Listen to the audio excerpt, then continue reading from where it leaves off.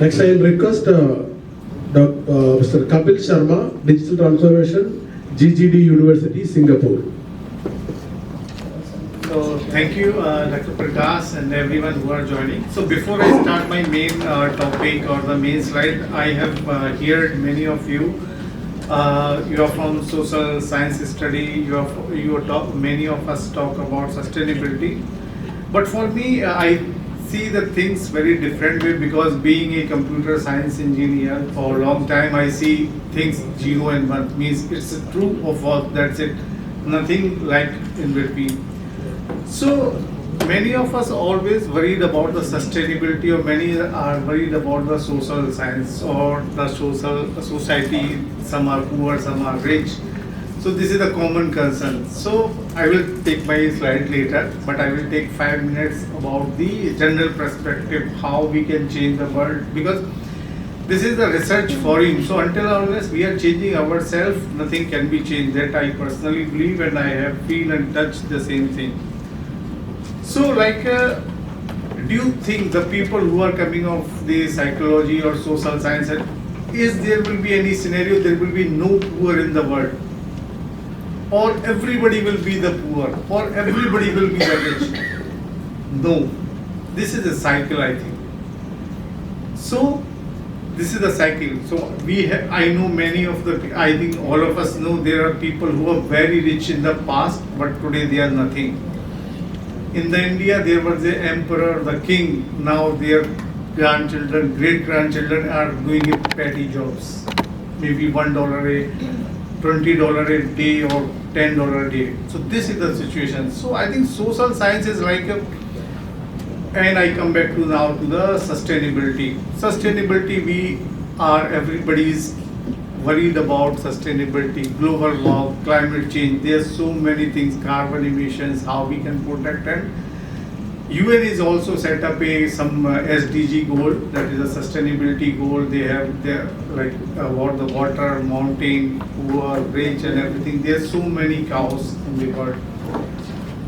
But if I want to implement, I am really care about as a education or the researcher or as an individual.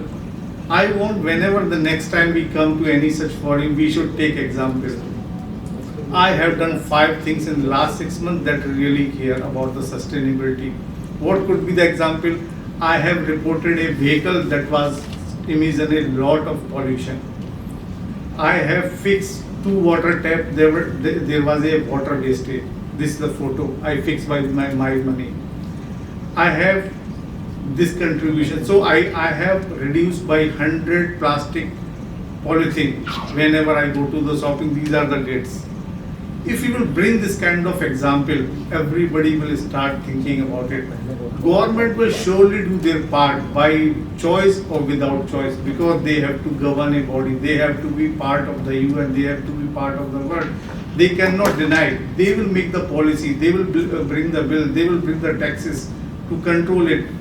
But many things we can do without government. If I can save 500 plastic polythene, I really saving a lot of things for my future generation. If I am reporting the people who are violating the pollution, or they are using the old vehicle or something, I am doing something for the society. Poor and rich concept is also very artificial to me, because if somebody is rich, it's not a crime. If somebody is poor, it's not a fault for the rich guy. Agree or not agree?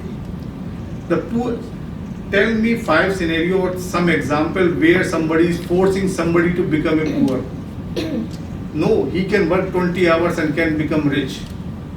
I'm not even putting the same guy onto the default or something, because there is so many things can be provided by the government or the society. I'm not denying it. But many things can be controlled by individuals. Government surely will play as a policy change or the taxation, because they have to release a fund.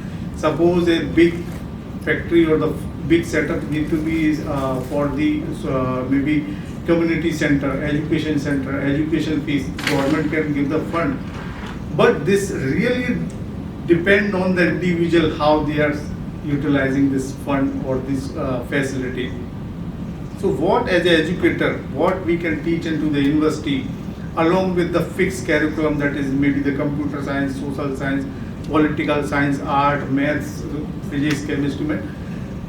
Very important if we want really to give something to our student is the life coach lessons, how they need to manage their life. Along with the mathematics, all this academic, we should teach them like never say die. There will always be difficult situation come into the life. So we should teach our student or whosoever fellow friends or something, never say die. Whatever the situation, we remain strong. This is a rough patch, we will go through. Second, work hard. There is no shortcut. Because students think I take a degree in the from the NUS or the Yale or the Harvard, now I not do this. So no, hard work do not have any replacement. One must need to be hard work. Okay. Then believe in the process. Many times the student will come to you, I give 20 interviews, 50 interviews, 100 interviews, or I applied for 100 jobs, I am not getting any response. So you need to give them a, no, this is the process. Your turn will come because something is more educated or somebody is more lucky or something, we need to be patched. So we need to tell our student or whosoever the fellow friends, believe in the process. You cannot breach, you cannot surpass the process because there is a time, this is a historical input has been given to the make it process of policy. So one cannot be surpassed. If somebody surpasses, is a very lucky or the rarest case. And surely things will take time because sometimes student pass out from the company or your colleague will move out of the job because of the retrenchment. So things will take time. It's not like somebody just pass out this year. Somebody will get immediately job after the education, 6 months, 1 year, 2 years, but definitely he will get the job. So do not get demotivated, but continuously go through the trainings, knowledge increment. So these kind of life coaching or the lesson we should give to our student or the friends or fellow. That is my key. So I now come back to my topic. This is the also related topic to whatever we are discussing today is the data science. So data science, artificial intelligence, machine learning, there are many buzzwords everybody hear every day and sustainability also. Everybody want to speak as a fashion or want to show we are smarter than others. Okay, nothing wrong. I will also use this. Okay, these are the words. Okay, if you are not using the AI, ML or something, somebody you are very like 5-year-old. But what this really is this the new thing which has come all of a sudden, or this was already exist and now people are promoting or as a advertising it? That is the thing. Okay. Can we replace the traditional education system by AI, ML or any technical thing? No. This is just we are realizing now, okay, there is a AI which can teach and tell everything. So like now I will tell I have learned algebra, calculus, so many mathematics books I learned, but am I using it? No. If somebody will say no, but back in the mind I am using it.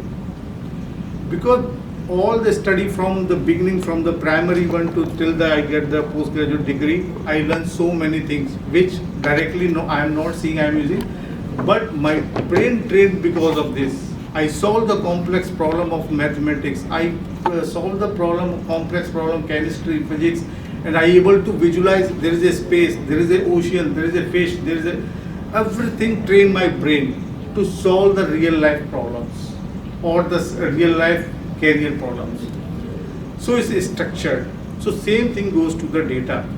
So data science is like we have a very vast knowledge, very vast inputs, and somebody is structuring and give you the outcome. That could be the result. So if I have read 100 books and now the chat GPT or AI, you can find what is the data science, what is the space, what is the name of this space.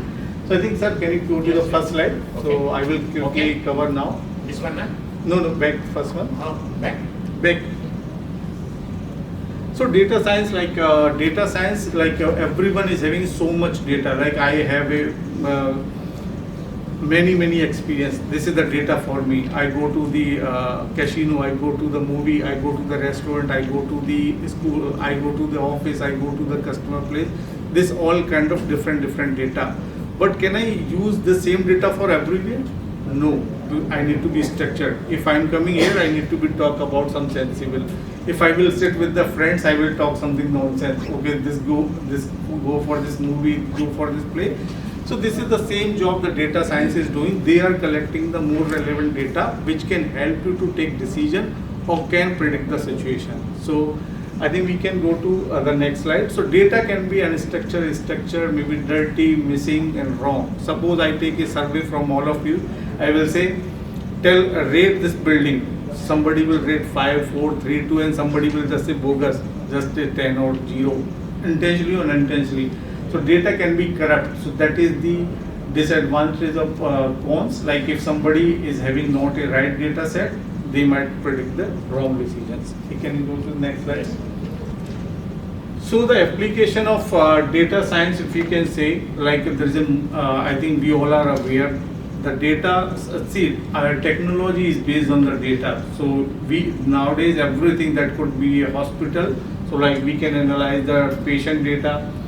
We can detect the financial fraud detection. If somebody is in continuously same number of amount, bank can put stop because somebody is having a fraud, because somebody is sending 5,000 every 2 minutes or 5 minutes. Some kind of logic or algorithm we can put and we can detect the fraud detection.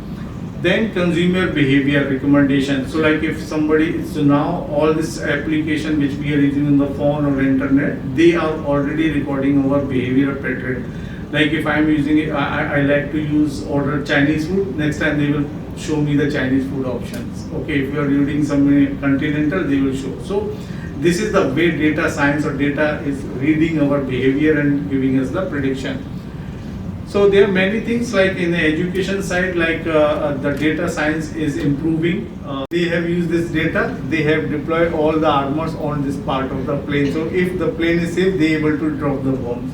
So this is another use of the data. How? So what is the outcome of this slide is like how we are using our analytical skill is very much required when we are having data. Without analytical skills, we are nothing. That this cannot do anything.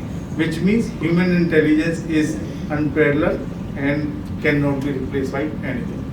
I think I'm done with my slide. There was some conclusion I already concluded. So if any of you have any questions or anything, I welcome all of you.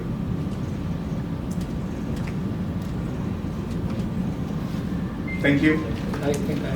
Thank you very much, sir.